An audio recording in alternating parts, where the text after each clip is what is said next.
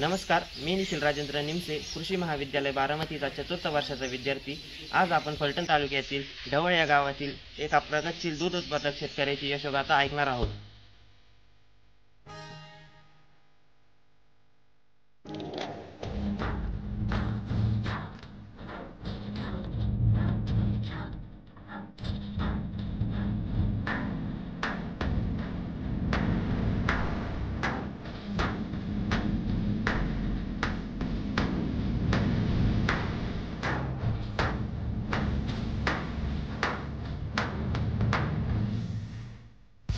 नमस्कार दादा.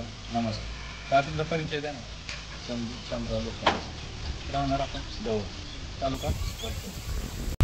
दादा, या दूध व्यवसायाची सुरुवात तुम्ही कधी केली आणि तुमची कल्पना कशी आली तुमच्या मनात बाबा आपण हा व्यवसाय चालू करू? आपण 2017 पासून चालू केलं. आपल्याला प्रथमतः पहिल्यांदा एक गाय होती. त्याच्यापासून आपल्या जरा व्यवस्थित म्हणजे शेतीला बी शेणखत उपयोगी पडतं. त्याच्यापासून आपल्याला घरी दूध काय दूध बऱ्यापैकी सारा मिळत होतं, पैसे राहायचे.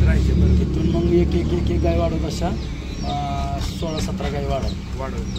आणि दादा, आपण पंजाबवरून पण गाय आणतात. पंजाबवरून गाय आणतात 9. बरोबर. आणि तुमची कल्पना कशी आली हा व्यवसाय चालू करण्यामागे, म्हणजे काय उद्देश की एकच की शेतीला शेणखत बी ह्याचा उपयोग होतो आणि दुग्ध व्यवसायामुळे आपलं कसं घर खर्चाला किंवा ह्याला मग आपल्याला सपोर्ट बऱ्यापैकी राहतो, असा विषय होतो. शेती बी चालते ना आपल्याबरोबर, ते जोडधंदा म्हणून आपल्याला घरात खर्च पण काय अडचण येत.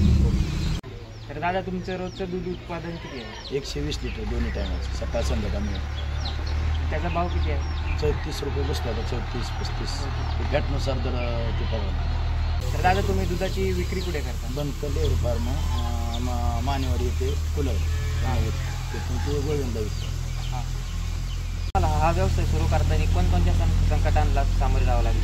भरपूर अडचणी आल्या. म्हणजे कसं आपण गाय घेताना व्यापारी म्हणजे कोणची गाय खोटी, कोणचे म्हणजे असं थोडं फसवाफसवी भरपूर व्यवहार झाले.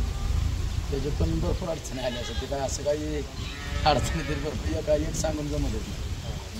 आता तर आपल्या गोठ्यामध्ये किती म्हणजे साधारणतः काम करतात आणि किती वेळ करतात? नाही, आपणच स्वतः करतो. मी, माझी मंडळी आणि वहिनी. सकाळ 2-2.5 तास, संध्याकाळ 2-2.5 तास. म्हणजे तुम्ही सगळं काम घरीच करता? सगळं काम आम्ही घरीच आणतो. काका, दूध उत्पादन वाढण्यासाठी तुम्ही काय काय करता? आपण सकस आहार देतो गायींना. पेंडीत भुस्सा आणि थोडं दोन्ही टायमाला गुळ थोडं देतो. त्याच्यापासून त्या गायांना म्हणजे असं कॅल्शियम असल्यामुळे दूध जादा देतो. आणि मुरघास घातल्यानंतर त्यांना शरीराला चांगलं असतं, दूध उत्पादनासाठी मदत होते. आता सर्व गोठा उभारण्यासाठी तुम्हाला किती खर्च आला? आपल्याला प्रथमतः आपले फक्त एक शेड होते, पण ओपन गोठाच्या करण्यामुळे आपल्याला 17-18 लाख रुपये, किंवा गोठा आणि ते गोठा ओपन गोठ्यामुळं 17-18 लाख रुपये आपले खर्च झाले. पूर्ण गेट तार म्हणजे पूर्ण कंपाऊंड शेड.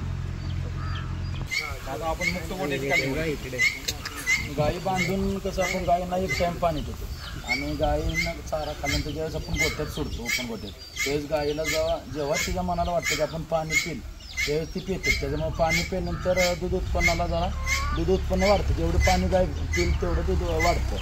आणि जो आपण जी गायीनं चारा खाल्लेला असतो तो पूर्ण असे मोकळं ओपन गोठा असल्यामुळे चालती गाय, त्याच्यामुळे त्यांना पचनक्रियेला म्हणजे व्यवस्थित होतं. दूध काढण्यासाठी आपण मशीनचा वापर करता? करतो.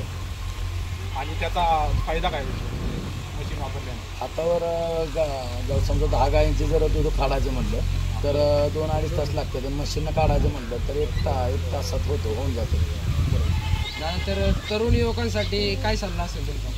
तरुण युवकांसाठी एवढा सल्ला असेल की ह्या धंद्यात स्वतः काम केलं तर, म्हणजे आपण स्वतः केलं, मजदुरांवर विश्वासाने उपयोग नाही. समजा बाबा काही एक गाय समजा थोडा ताप आला किंवा गायनं काय खाल्लं नाही तर ते मजदूर लक्ष त्याच्यावर एवढं देत नाही. पण बाबा ज्या गायनं खाल्लं नाही त्या गायवर त्या दिवशी जर लक्ष दिलं तर मोरला आपला जे तोटा होणार आहे, बाबा आजारी पडणार आहे का, त्याच्यावर आपण स्वतः मालक असेल तर कसं होतं, आपण ट्रीटमेंट करतो लोक, असा विषय. फक्त ह्याच्यात कष्ट केल्यानंतर 100% ह्याच्यात फळं आहे. फक्त ह्याच्यात कष्ट पण तसा पैसा बी आहे.